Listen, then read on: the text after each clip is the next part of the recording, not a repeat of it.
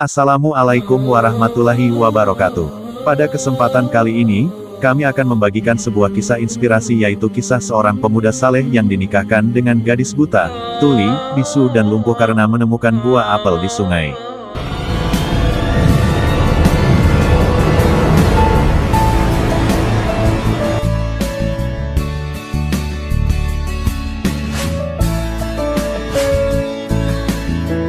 Pada masa akhir era tabi'in, hidup seorang pemuda dari kalangan biasa namun saleh luar biasa.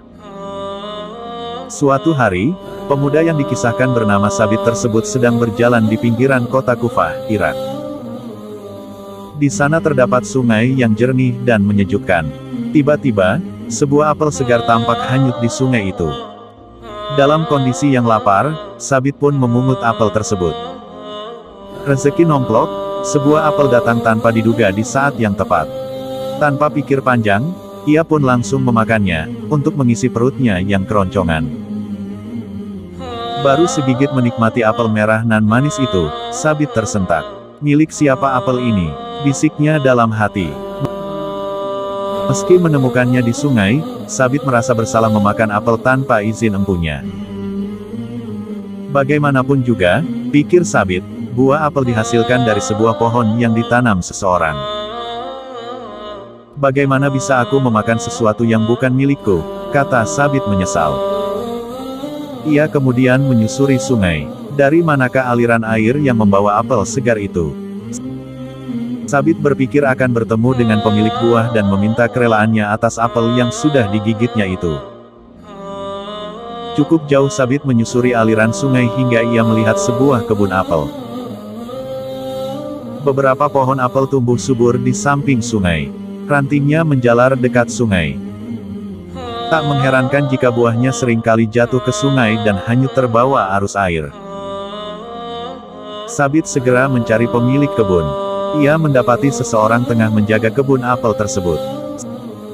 Sabit menghampirinya seraya berkata, "Wahai hamba Allah, apakah apel ini berjenis sama dengan apel di kebun ini? Saya sudah menggigit apel ini, apa kau memaafkan saya?"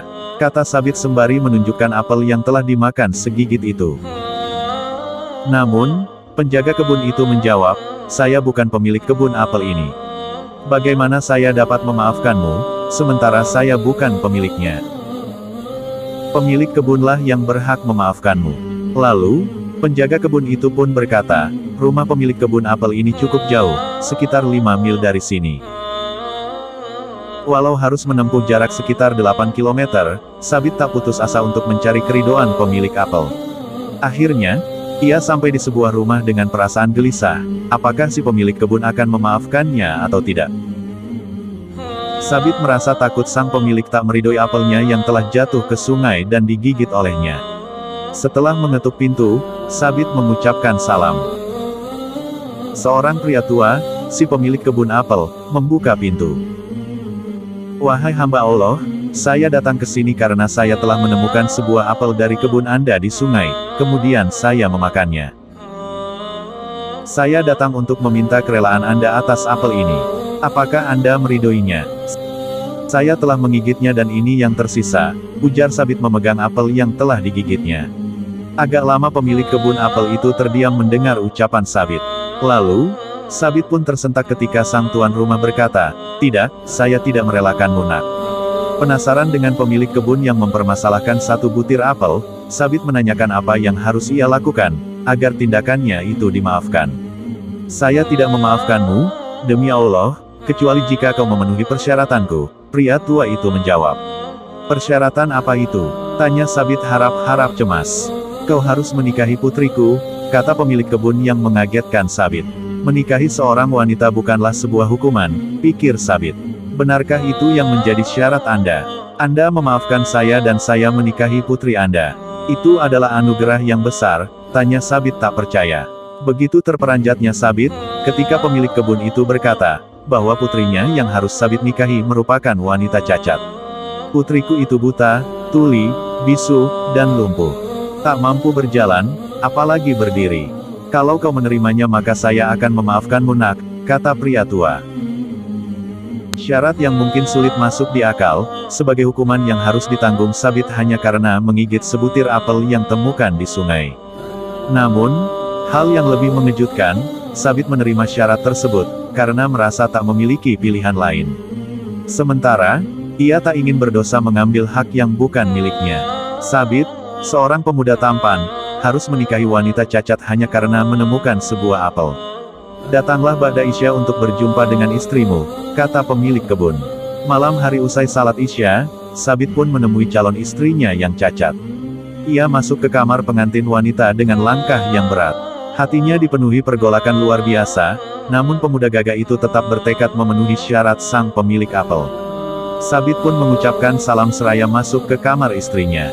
Betapa terkejutnya Sabit ketika mendengar jawaban salam dari wanita yang suaranya lembut nan merdu.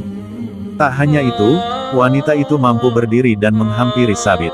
Begitu cantik paras si wanita, tanpa cacat apapun di anggota tubuhnya yang lengkap. Sabit kebingungan, ia berpikir salah memasuki kamar dan salah menemui wanita yang seharusnya merupakan istrinya yang buta, tuli, bisu, dan lumpuh. Tak percaya, Sabit pun mempertanyakan si gadis bak bidadari tersebut. Namun, Sabit tidak salah, ialah putri pemilik kebun apel yang dinikahkan dengannya. "Apa yang dikatakan ayah tentang aku?" tanya si gadis mendapati suaminya mempertanyakan dirinya seolah tak percaya. "Ayahmu berkata kau adalah seorang gadis buta," kata Sabit. "Demi Allah, ayahku berkata jujur, aku buta karena aku tidak pernah melihat sesuatu yang dimurkai Allah," jawab si gadis membuat Sabit kagum. "Ayahmu juga berkata bahwa kau bisu," ujar Sabit masih dalam nada heran. "Iya benar, aku tidak pernah mengucapkan satu kalimat pun yang membuat Allah murka," kata si gadis. "Tapi, ayahmu mengatakan, kamu bisu dan tuli," lanjut Sabit. "Ayahku benar, demi Allah. Aku tidak pernah mendengar satu kalimat pun, kecuali di dalamnya terdapat ridho Allah," jawab gadis cantik itu. "Tapi, ayahmu juga bilang bahwa kau lumpuh," pertanyaan terakhir Sabit. "Ya, ayah benar dan tidak berdusta. Aku tidak pernah melangkahkan kakiku ke tempat yang Allah murkai," ujar si gadis yang membuat Sabit begitu terpesona. Sabit memandangi istrinya yang cantik jelita itu. Ia pun mengucapkan syukur. Sang pemilik kebun kagum dengan sifat kehati-hatian Sabit dalam memakan sesuatu hingga jelas kehalalannya. Melihat kegigihan dan kesalehan Sabit, ia pun berkeinginan menjadikannya menantu, menikahkannya dengan putrinya yang solihah. Dari pernikahan tersebut, lahir seorang ulama solih, mujadid yang sangat terkenal, yakni Nu'man bin Sabit atau yang lebih dikenal dengan nama Al-Imam Abu Hanifah. Bersama istrinya yang solihah, Sabit mendidik putranya menjadi salah satu imam besar dari 4 mazhab.